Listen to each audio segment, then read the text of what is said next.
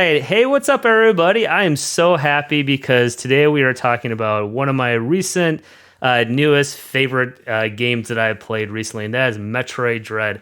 I am here with the Retro Arcade Party, Sally, one of my good friends who loves playing retro games. And when I found out that she had just finished Metroid Dread, I jumped at the chance to talk to her about it because there are so many things about this game that are new to the franchise. There are welcome additions to Metroid franchise, but there are so many things about this game that really could be explored in a conversation. And I thought, what fun on a Saturday, and then to get with my friend Sally and talk about Metroid Dread. How's it going, Sally? Going good. I'm glad that I finally beat the game after a few long months, and I kept kind of putting it off and delaying it. But I felt the longer I went without playing it, the more lost I would get, and I would forget everything. So I said, you know what? I'm just gonna play it, finish it one shot. That's awesome. I'm so happy I beat it. It is really like an accomplishment and a great feeling when you finally beat this game. I know my first playthrough, I was kind of playing it like at night and on the weekend, like, you know, when I wasn't working, you know, I was putting in a bunch of hours at work, but it was kind of using it as like a de-stressor of sorts. You know, I would like, hey, I'm going to go back to this Shine Spark puzzle, or I'm going to go back to this boss, or I'm going to go back to whatever part of the world map I was currently on and trying to complete.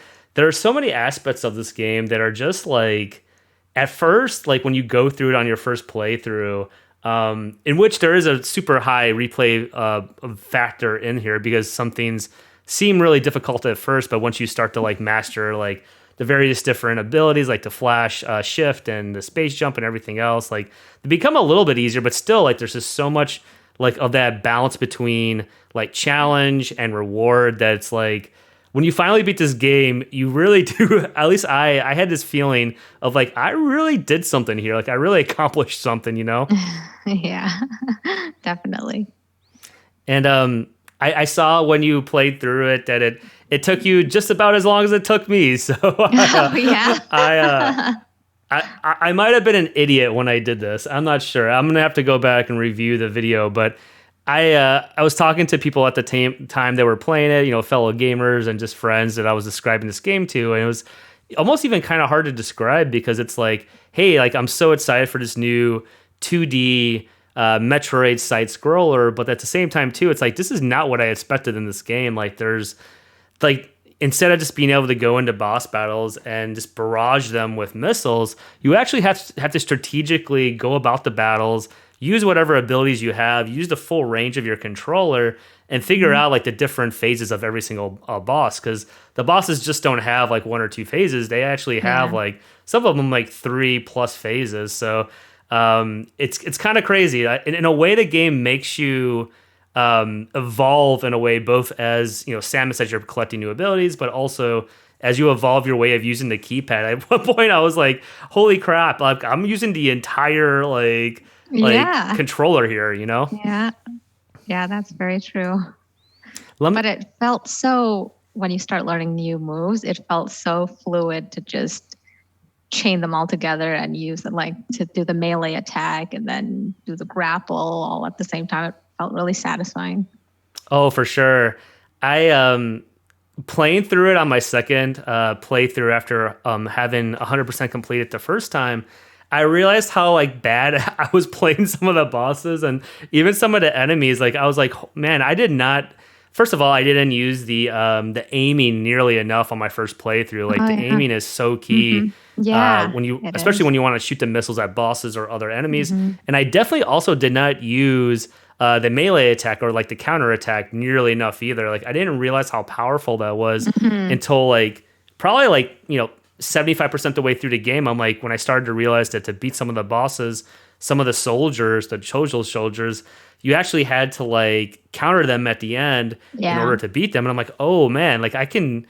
Then that's when I started to think about and look this up and talk to other people. And like, you can actually counter some of the bosses and then like do a whole lot of damage to them as well. And that really opened up a whole world for me. The first question I want to ask you, Sally, what was your favorite part of this game? Like, out of all the things that this new 2D Metroid introduced to us as gamers, especially us two who love games like Super Metroid. I know we had another collab where we talked about our love for Super Metroid and everything else. But what would you say your favorite thing about the game was?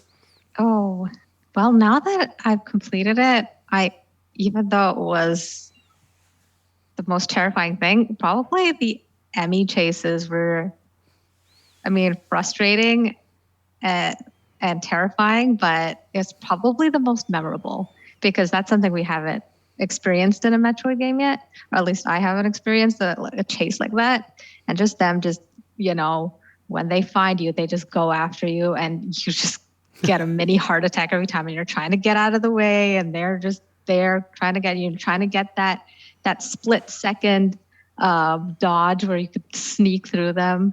It was always so exhilarating. So that's definitely, at the time it wasn't my favorite, but now looking back, now that I beat them all, I could say it was the most fun running from them. That's awesome. And I can only imagine that your reactions to those were amazing. Like the the screaming, the everything, like probably the cursing, the everything. For you all that are watching out there, Sally has the absolute best gaming reactions to playing games I've ever heard in my life.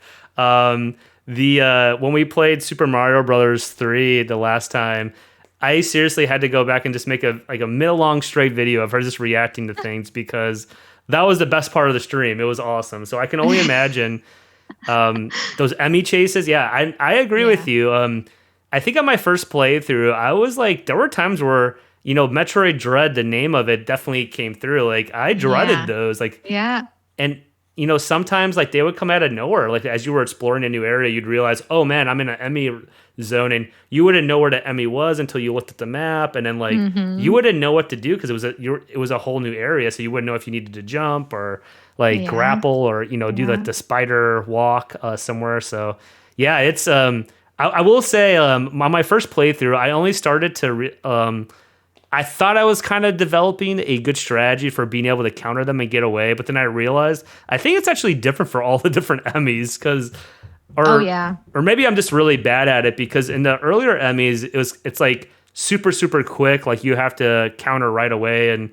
but for the later E.M.M.Is, it seems like there's a little bit more of a lag. Maybe I'm crazy for thinking that, but I only successfully countered, like... I think on my first playthrough that maybe just a handful of times. I definitely got killed so many times during those chases. Oh yeah, me too. Awesome. Well, I would say probably like my favorite part of this game, and like if comparing this, because it was hard not to compare this to Super Metroid. I know Super Metroid came out in 1994, and this obviously came out last year, so there's quite a bit of technological advances, graphical displays. I mean, obviously there's a lot of advancement, but having done a little research on this game, I guess they started teasing this game all the way back in like the mid 2000s. So I think they had been working on it for a while. But really? Yeah, wow. Like I think they had been working on it and like Project Dread, right? That but they were just waiting for a system that could handle it, which I think the Switch handles it beautifully. When I look back on this, like obviously like the boss fights might be my favorite thing overall, like and definitely I curse those at first because some of those boss fights took quite a few tries, especially the last boss and SQ. I know you had a problem with SQ too, right? Yes, I did. I messaged you saying I can't beat this thing. What do I do? I don't understand. And at the beginning, it didn't seem tough because you were kind of encountering similar enemies in the area, the little flies. But boy, yeah, SQ was like the first boss where I went into the battle and I'm like, oh, this is gonna be more than 2 or 3 tries, because up until that point, like a few of the bosses weren't that hard, like, but I mean obviously some of them are much harder than others. But when you get to SQ and that, it's like, well, also I wasn't expecting it because I was exploring that area, and then you go around to the right and then to the left, or you go down below and to the left, and all of a sudden you're in a boss fight, so you're not really expecting it, but he's so quick. And like he shoots so much stuff at you that you Yeah. can't just simply Yeah. like, He bombards you. space jump up and then flash shift over. You have to Yeah. really dodge them. And I know that I didn't learn about this until later, until my second playthrough. But if you wanted to have that battle end earlier, or have a kind of give yourself a power up during that, or an additional capability during that fight, you could go into it with a shine spark. So I didn't know that, or I'd figure that out until my second playthrough. I'm like, oh man, that makes that battle a whole lot easier Yeah. because he doesn't really have a lot of health. So, oh man, fun stuff. Yeah, the boss battles are probably like my favorite thing, but I would also say too, like really thinking about it, having played through it 3 times, 100% is that because I went back and just the first time I played it, it took me 26 hours, and I was like, I gotta do better than this. Like, I got some of those Shine Spark puzzles took me like 50 tries. I'm not gonna lie, the first time it was pretty difficult. But I think my favorite thing overall is definitely just like the movement in the game. It's something that I really struggled with at first, like because you use towards the end of the game, you're seriously using the entire controller, and you may be like aiming your missiles with the buttons. You may be going into a power bomb to try to destroy something, and then within like split seconds of that later, you may be then doing a flash or a space jump to a flash ship combo, and like there's just so much stuff to press on the controller, and you have to like hold stuff down to go into the bomb mode, or you have to hold stuff down to charge your missiles as well. So there's so many different things that this game brings to the table. So, but I will jump into my next question, which we kind of alluded to. So I know probably what your least favorite boss is. Well, who would you say your favorite boss was? My favorite. Ooh. Um.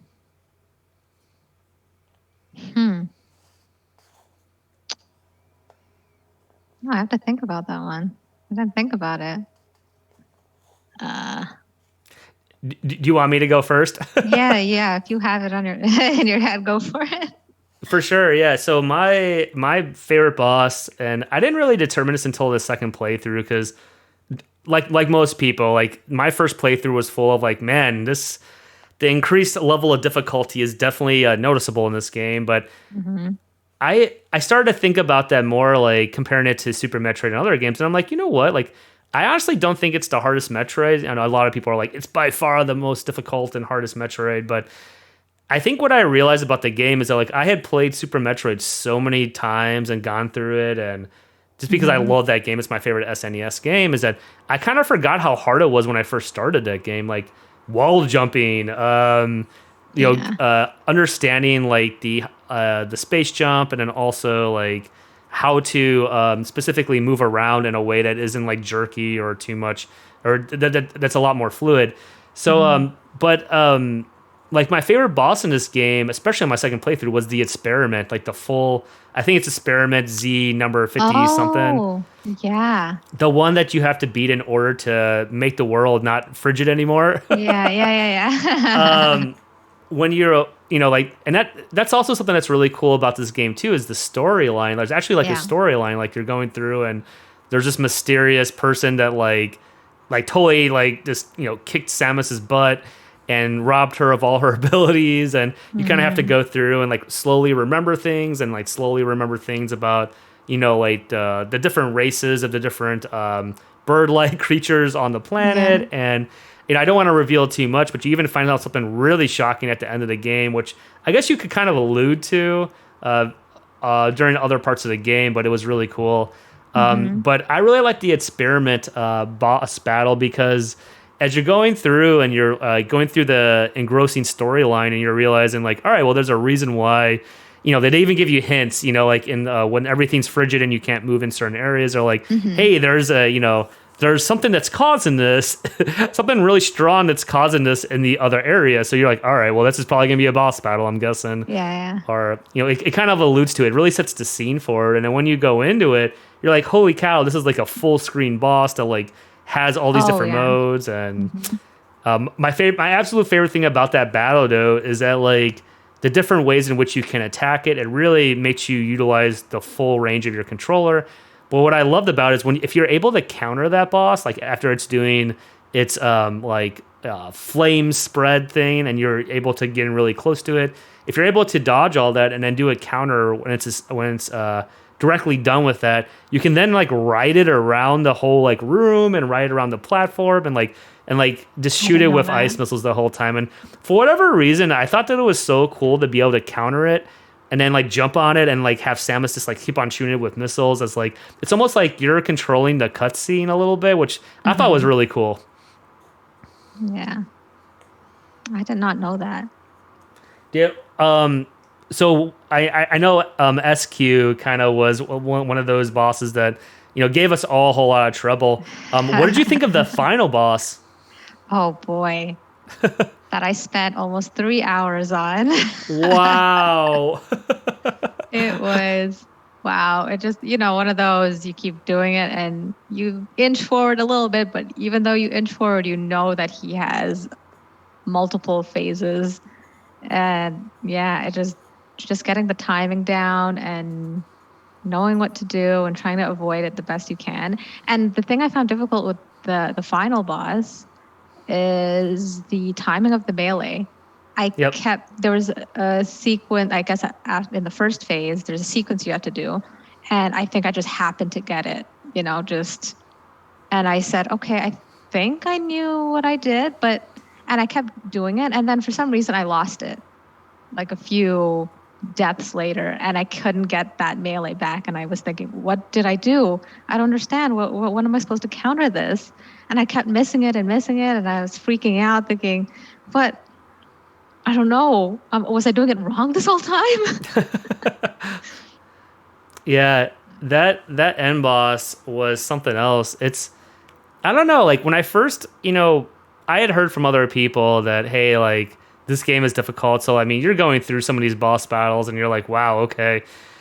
There's multiple forms. You can't just unload missiles and just, if you're thinking of, other boss battles in Metroid games, you can't just like, unload your, sometimes hundreds of missiles into it. You actually have to strategically go through the different phases. Yeah. And I was completely stumped at Ravenbeak when I first played him. I'm not going to lie. Like my first couple of playthroughs, like I almost raged quit because I was like, oh my goodness, like he is so much faster. He is so much stronger. Like he has all the movements that Samus has pretty much, minus a few other things that has some like capabilities too that can like take up the whole screen. And And I found if you don't dodge his attacks at one time, he'll just bombard you and then keep going at you and just dwindle your life down. So if you miss one of those if you don't shine spark out of the way or dodge perfectly, then forget it. You're gonna lose your life. Absolutely. I was doing that.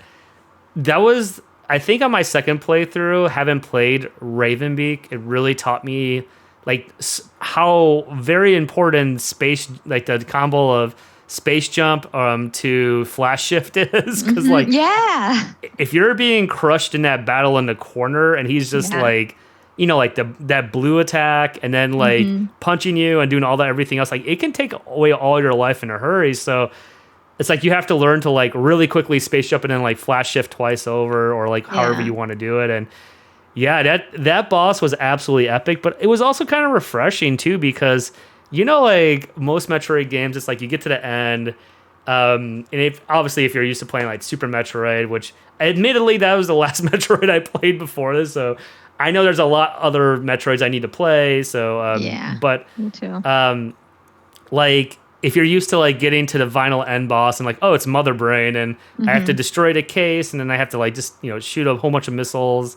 There's not really like, and as we all know in Super Metroid, then there's just an awesome like bird or dinosaur, whatever it is afterwards, and then the awesome escape scene, or escape sequence. But in this one, it was kind of like, all right, well, this boss battle is for real, and they're going to test every single thing you learned up until that point. Yeah, it's a big test of strength and abilities. I think I had to use everything. That as you said, your fingers are on all the buttons at all time.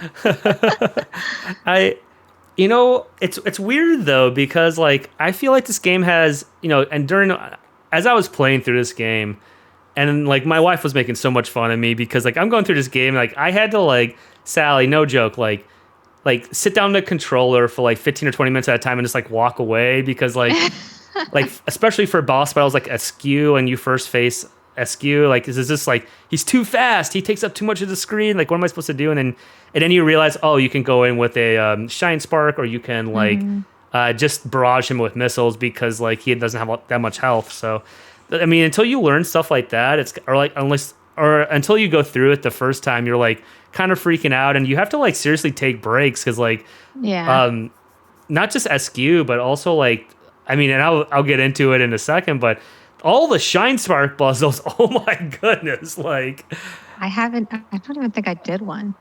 Oh my goodness. Puzzle. So some of those, Sally, are like absolutely ridiculous. Like the kind of stuff you have to do. You have to like not only use like the entirety of the controller, but like it for some of those like more in depth, like the famous Shine Spark puzzle in Ferenia and then Barinia, like the two probably most famous ones.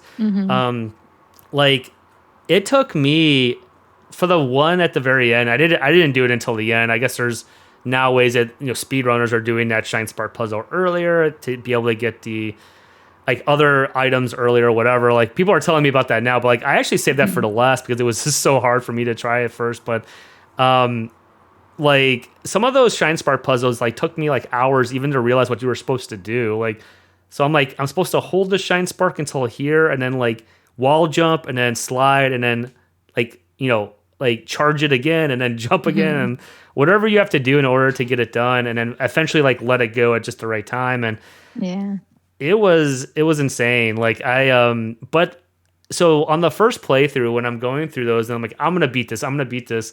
Some of those would take me like, I mean, I don't know, like upwards of somewhere between 30 and 50 tries. But when I finally did it, there was this like rush of like accomplishment. It was like, oh my goodness, I finally did it,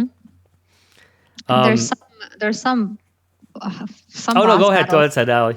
Some boss battles I did where you're just so focused on the boss that sometimes I would just completely miss that there was a place I could spider grapple onto, and I didn't realize I had to use that. So I was just oblivious as to that there are things around that'll help me get out of the way or that I needed to use.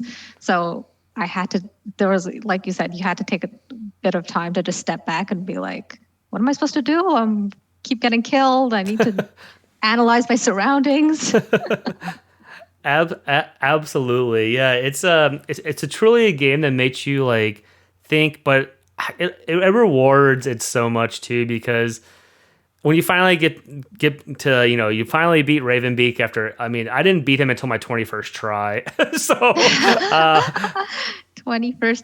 Yeah, I was counting just because like, I don't know, like my first like 4 or 5 tries, I was like, holy cow, like I may need to look this up on YouTube. I may need to look this up because I think I only made it to his second form once in those first like 4 or 5 tries because I'm like, holy cow, like what am I supposed to do? Like where am I supposed to counter? Like, but once you learn like how to counter some of his moves, it becomes a lot. I mean, obviously, like experience pays huge dividends to gamers.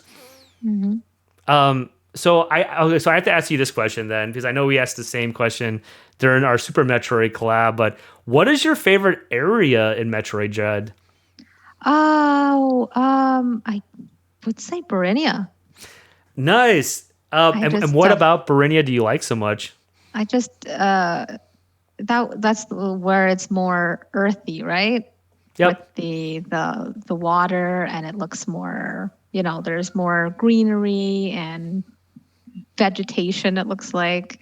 And when I first entered that area, it was different. It wasn't like a dark, dingy, industrial looking setting like it typically is. When you got there, it was like a nice outdoorsy feel. So I like that. It was it looked beautiful. That's so awesome that you said that, and I 100% agree with you. Barinia was my favorite area as well. Oh yeah. It's like, it was absolutely gorgeous in terms of like, and there's all different areas of it too. Like, Upper Barinia, you start to like get into more of like, when you start to go up around to the left, you start to like introduce some of the harder enemies that you can lead up into the northern area. But the southern area of it, oh my goodness, I don't know if you did the same thing, but like when I saw like whatever that thing was, like the big whale, like in like the bottom Oh room, yeah, I yeah, just like stopped and stared. I'm like, holy yeah. cow, like Yeah. this is beautiful. It's like you're Yeah. underwater before you Mhm. get Samus's last suit, you know, so you're like trudging through the water, like, this is before you have to. I'm not sure. I can't remember if it's before. I think it's right before you get the space suit. So like you're still like only able to go across things Mhm. unilaterally. You're not able to actually go up. So yeah, stopping to watch like the different various creatures that are just in the Yeah. rooms and all the like how the lights play off of everything and Yeah. how I think this game did such an amazing job at helping you move along in every different area. Like it stayed Mhm. so true to the Metroidvania like genre of games because in Barinia, like at times you would only maybe have access to like I don't know 10 or 15% of the map. But then as you like got additional capabilities, additional items, Mhm. you were able to explore the entirety of it. And Barinia was just an amazing. And then leading up to like the thing that I did absolutely last in my first playthrough was the famous Barinia Shine Spark puzzle, where it's like if you're Mhm. familiar with some of the Shine Spark puzzles, you have to like hold the Shine Spark, and then like maybe sometimes you just let it go, and like all right, you break through like Yeah. a wall or a ceiling or something. For this, you actually had to like you know, charge the shine spark, you know, hold it down, and then like go down into the other room and then hold it down again, then duck, then go up the hill, slide underneath the like door, like the environment there, hold it again, fall down below, and then go over to the other side, hold it again, and then finally fall down and then like let the shine spark go. And I was Mhm. like I'm not gonna lie to you, Sally. It took me, I think, 2 hours even to realize what you were supposed to do. I was like, I'm not sure. Like, how do I even complete this? Like, how do I even, Yeah. and but that's the beauty of the game is that like once you find out like what you're supposed to do, you're like, oh, this was Yeah. actually really. Well, once you Mhm. get past all the frustration of like, oh my goodness, I can't believe the developers put this in here. Blah blah blah blah. Like Yeah. how how much of a mad scientist or brilliantly evil are they? But then you realize Mhm. like this was actually kind of amazing. like Mhm. Yeah. what where That was area was so beautiful. I think a lot of people that I talked to about this game have kind of like an aha moment where like you realize how awesome this game is because at first like when I've talked to people about this game, usually there's like the general cycle of like first playing it and being so excited that hey, this is the first 2D Metroid in such a long time. This is awesome. Generally, people who go into this game like loved Super Metroid or like other Mhm. 2D Metroid games and like Metroidvania genre of games. But so like you generally go through this like cycle. It seems like of like being super excited, but then you play this game and you're like, oh my goodness, this is definitely different than what we've played in the past. Mhm. The bosses are harder. Like the E.M.M.Is are sometimes difficult, Yeah. especially to try to dodge because they can one shot kill you, Mhm. and but then you kind of like you get to eventually to a point in the game where you have more Samus's abilities, and you realize when you can use like all the abilities together that you can be actually super super powerful. And at some point, everyone gets at least the people I've talked to like get to like an aha moment where you're like, you know what, like I might have cursed this game in the past. I might have had to set the controller down at times, but this game is actually amazing and epic and such a Yeah. legendary game. And I will share my aha moment, and then I'll let you. I'll ask you if you had one. But my aha moment for this game, when I realized how awesome it was when I finally got to. I can't remember what area it is,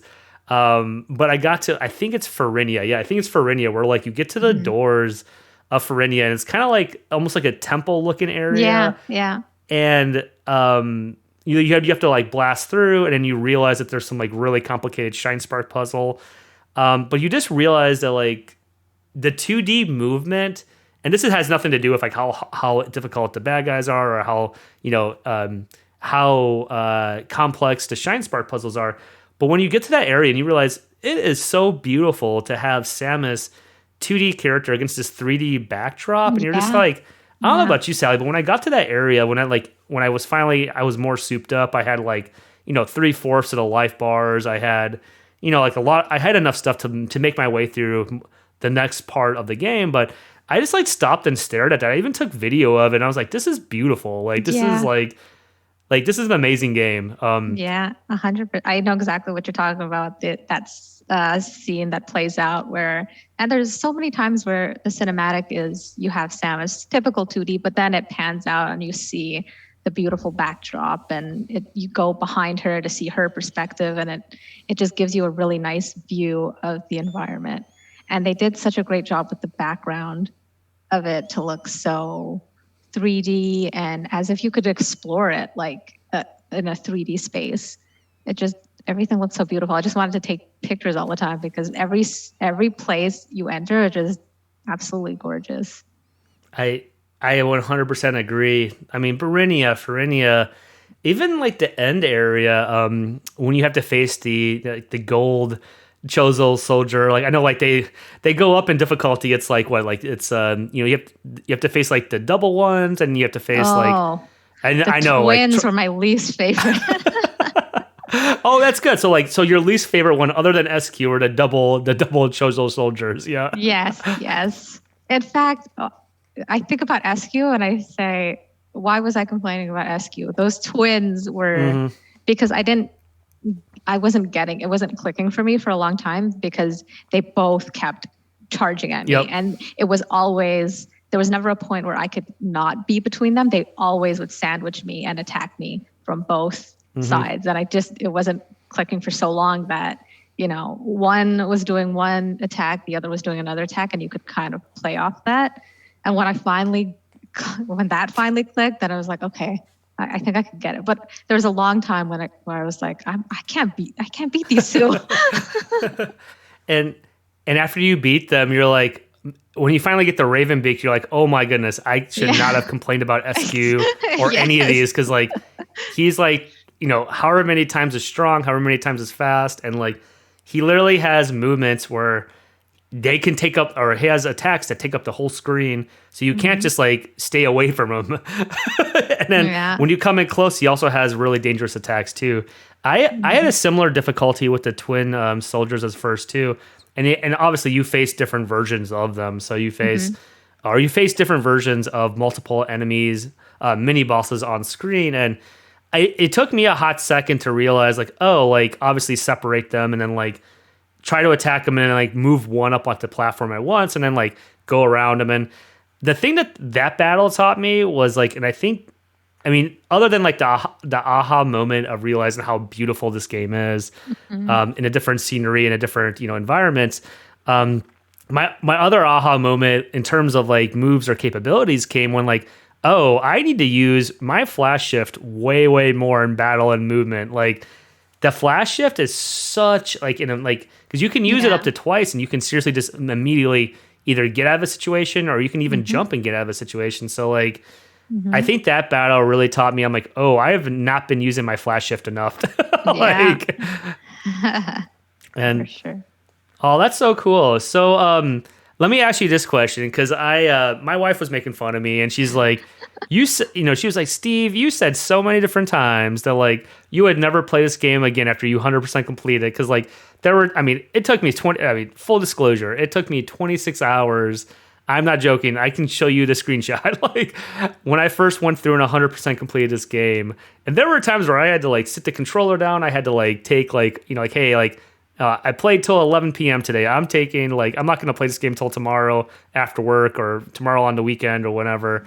And I told myself I was going to take a break before I played this game again. But then I got to tell you, I took a week off after I like beat it. And I immediately wanted to go back and beat it again. Like it was like, I guess because like in my mind, I was thinking like, I can do way better than 26 hours. I can do like, I can try to like get it. I think it's like under 4 hours is like you unlock everything, and you can also play it on hard mode as well. But I didn't think that like, and I went back on my word, which in the heat of the moment when I'm trying to beat SQ or Ravenbeak, and I'm like, I'm never going to play this game again after I beat this game. And then I immediately want to go back and play it again. So to me, it has a really high replay value, but I'm curious to hear from your point of view, Sally, like, after you beat this game, did you want to go back and play it again to like improve upon it, or like in your mind, did it have a pretty high replay value as well?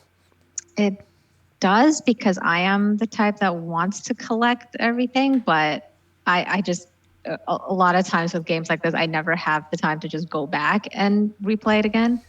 But something like this, I do love collecting. So when you said you 100%, and I'm like, oh man, I ended up getting 42% at the end. But I try to always, collect as much as possible. But I know for me, it's impossible. I just get to a point where I just want to progress, and you get beaten down by the same boss so many times. Eventually, I'm like, I just wanted to end already.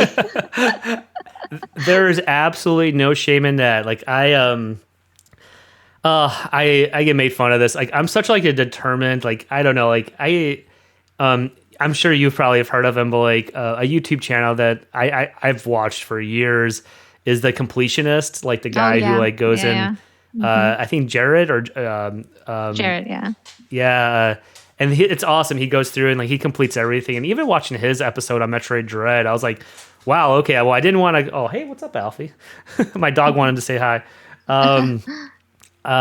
Even he went back and like beat it in under 4 hours on hard mode and all this stuff. And I'm like, I haven't beat it in under 4 hours on hard mode. I have beat it now on hard mode too, but like, it's like, I'm not quite at his level, but like, I just have this thing where like, if I guess in my mind, like I can't really like stop playing the game mentally until I know I've like seen every like thing in it, or I've, done every secret, or I've seen everything. And once I get to that point, I'm good. Like, I'm like, hey, maybe I'll play this again in like a year or something. But for the time being, I am good. But yeah, no, I totally get it. Like, actually, one of the things I worried about with this game was that like, hey, like we haven't had a 2D Metroid in quite some time. So I was trying to think, and like, if this is going to be the first Metroid for a lot of new Metroid fans, I mean, this is only the 5th Metroid ever made. So like, it isn't like Super Mario Brothers, or like, like how many Mario Brothers games per year are there? Like there's like 3 per year, or like, more than that sometimes per year. So I was wondering like if, people who had I would love to hear from people, if anyone out there ever wants to talk about this, like people who had never played Metroid before and just picked this up, like would they be like, like I didn't know I was supposed to try to, hold a shine spark, or I didn't know I was supposed to like bomb this area, or like it definitely like builds upon, like if you didn't already know to do certain things or didn't have it like the exploration part of it down, like you may not know what to do. Honestly. Oh, for sure. I think having a background in Metroid, especially like the 2D Metroids and Super Metroid, you kind of go in knowing what to expect. You're going to get these abilities, and kind of that you have to explore every possible. Even if you enter a room, that there's probably a false wall somewhere that you have to look out for. So if people aren't used to that, they'll definitely enter into a room and say, I'm lost, I don't know where to go, without realizing, you have to shoot probably every single wall or bomb a wall. All right, the last question I'll ask you, Sally, because I know that we're doing this before we play Super Mario Bros. 3, so I want to make sure we have time for that as well. Because I gotta have my weekly dose of Sally reactions to dying in Super Mario Bros. 3. It's like I seriously have been looking forward to it like all week, so like I'm really happy. But I'll end the Metroid Dread talk by asking you one like last question, and I can even introduce it a little bit. But there are so many new cool abilities, or even like advances in abilities we've seen before. So like instead of having like the X-ray scope, we have this like ability to like, like hold down on a button and you can see like the whole area, like which is really cool. And we have like, the flash shift. We have like other like capabilities, like wall jumping isn't nearly as hard. We have the bomb system. Yep, absolutely. We have like the bomb system where you can like bomb yourself across platforms. So many different things going on. We have the storm missiles too, which holy cow, like those can be a lifesaver in some situations. But of all these different things, you may already know what mine is because I've talked about it nonstop so far. But what is your favorite either new or improved ability in Metroid Dread? It can be any of the abilities, any of the weapons, pretty much. What is your favorite upgrade in Metroid Dread?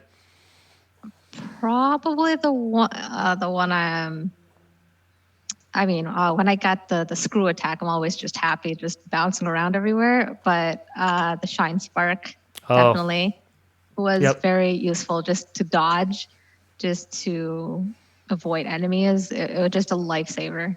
Sometimes, and yeah, you would forget that you have it during a boss fight, and then as soon as you got it, you realize, oh yeah, I could, zip away from the oncoming attack. So definitely Yep. that one. That is such, yeah, it's such a great response, and it's really hard for me to pick one because I also really like the shine spark because like without the new abilities with the shine spark, being able to hold it down and like jump off walls with it and slide underneath things and still hold it.